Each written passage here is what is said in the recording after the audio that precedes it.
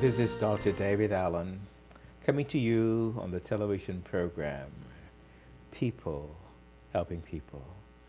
Well, we come to the end of another year. It's been a very challenging year for us in the Bahamas, but yet we have so many things to be grateful for. With me tonight is a very distinguished psychotherapist, Margaret Smith. She's a therapist at the Renaissance Institute in Old Town, Sandy Port.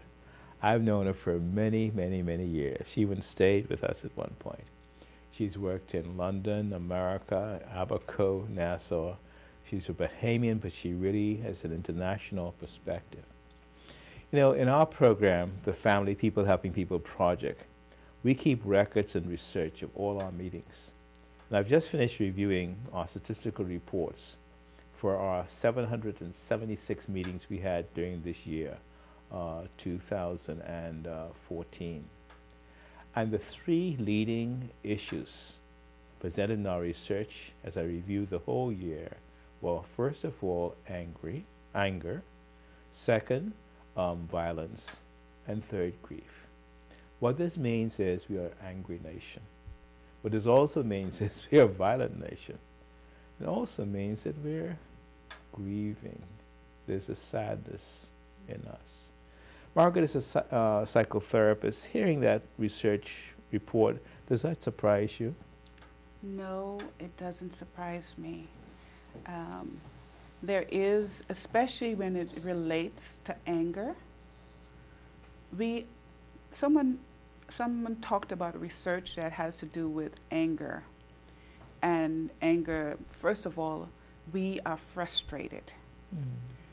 And the research said that each person on average is frustrated at least 21 times a day.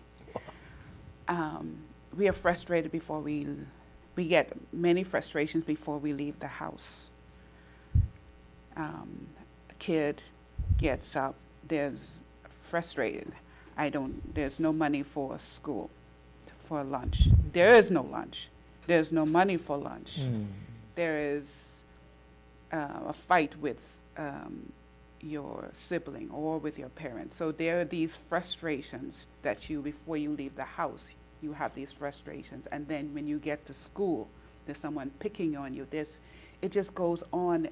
And it seems to me the frustration level in our country is so severe. Nothing really is at the level it should be at. If I mash your toe, the level that it should be was, oh, sorry, excuse me, I didn't mean to do that. Where it's at, it goes from 0 to 100. You mash my foot and I deck you, or it goes from there. It is seen as a mistake. So the anger leads to violence and then leads to the sadness. So they all connect then? They all connect. I see. Okay. Now, Margaret, you're a marriage and family therapist, highly trained, and you also have a deep spiritual background. I know you were in churches in London, what have you. Now, does this mean that anger is wrong? Anger isn't wrong. And sometimes in the church people get that idea. In the church? Oh yeah, they think you shouldn't be angry, so therefore people actually, because they don't want to displease God or the minister, so they sometimes hide the fact that they are actually angry. They don't admit to anger. But the Bible says when you are angry, when, not if. When you are angry, do not sin. And I thought about that. What does it mean to not sin with your anger? What does it mean? To me, it means don't get destructive with your anger. So what you're saying is you can feel anger, but if you go to violence, yes, you're being destructive. You're being destructive. And violence isn't just hitting somebody. You can do it with your mouth or your attitude. Yes. How do we stop that, though, Margaret? How do we stop that? Just be angry and not become destructive. Or angry and not sin. Yes. First of all, you have to acknowledge that it's okay to feel anger. When we I prefer us to say I feel angry or say I am angry, because when you personalize it and say I am angry, that's who you calling yourself out to be. Oh. I am angry. So it's like a full stop. There's nowhere to go. Yeah. You're angry. Mm-hmm. You feel angry. It's a feeling, and feelings are A feeling emotions are and past. feelings can pass. Feelings don't Okay. need to stay. Yeah, say that again. It's a very important point. Feelings can pass. You see, you prefer somebody to say what I feel angry instead and of. to say I am angry, because that's not who you are. And what's happening in Nassau, people are saying, I'm angry. I'm And when angry. you start saying that, then you're going to go to the next step. Mm-hmm. That's where the violence comes in. Yes. And then that violence is I am angry, and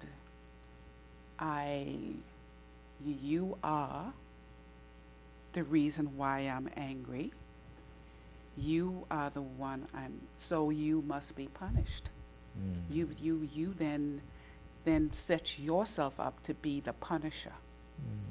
So that when, So you when have- you leave that and you say I feel angry, it's not I am angry. You can do something about it. If you feel angry, you can let it go. What are some of the things as a therapist you would advise people who feel angry? Because coming to the end of the year, I'm sure there are a lot of things. Some people have lost jobs, their houses dispossessed, and maybe the future doesn't look as so bright as they would like it to be. If they feel anger, what are some of the things they could do without becoming destructive? There is this whole thing of when you feel anger and you can say to yourself, I can let the anger go. There are exceptions. There are other feelings. There are positive feelings. There's even I really been struck with the whole thing of gratitude. Gratitude has struck me this year because we are a people who are complaining a lot. We complain, we argue a lot. And complaining does not allow us to see anything positive that has happened in our life or is happening. I think to combat the whole thing of anger and complaints, we need to look at what is it that I am grateful for.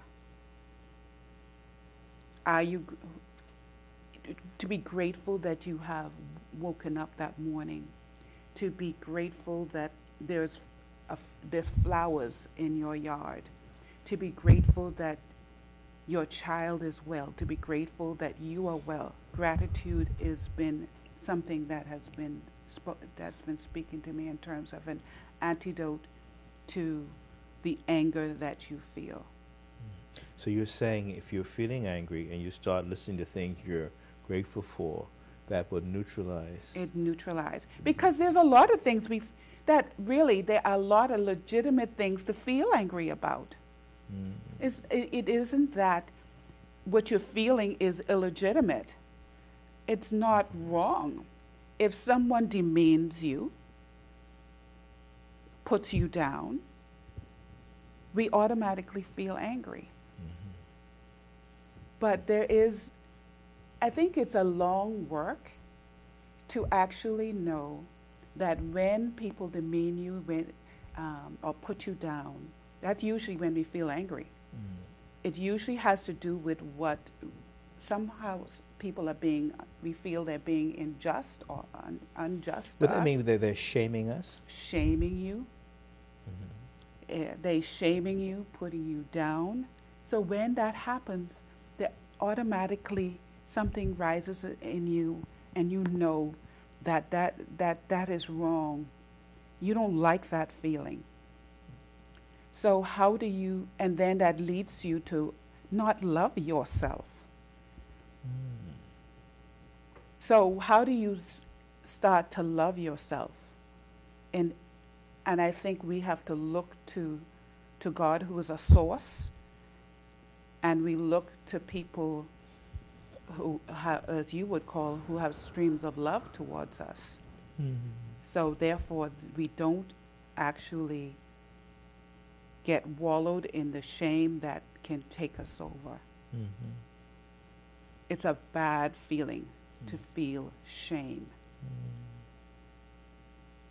You know, we had the example just recently where somebody bumped into another guy's girlfriend and he shot him. So obviously he got angry, and then that anger kicked into violence, destruction. Mm-hmm. So what you're saying is okay for us to feel angry, Margaret, but Mm-hmm.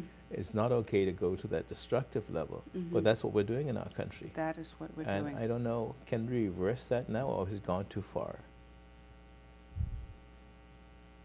I don't know how we reverse it because it has taken over people. And I found that sometimes people get to a level where it's hard to reason, to bring any rationality to When it. you get very angry, your IQ goes down, so Yeah. it's hard to reason.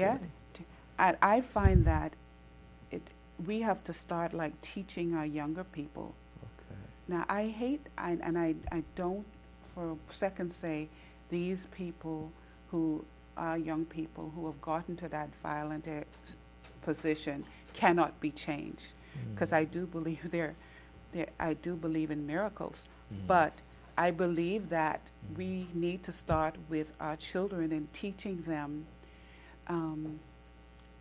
emotional intelligence. Wow.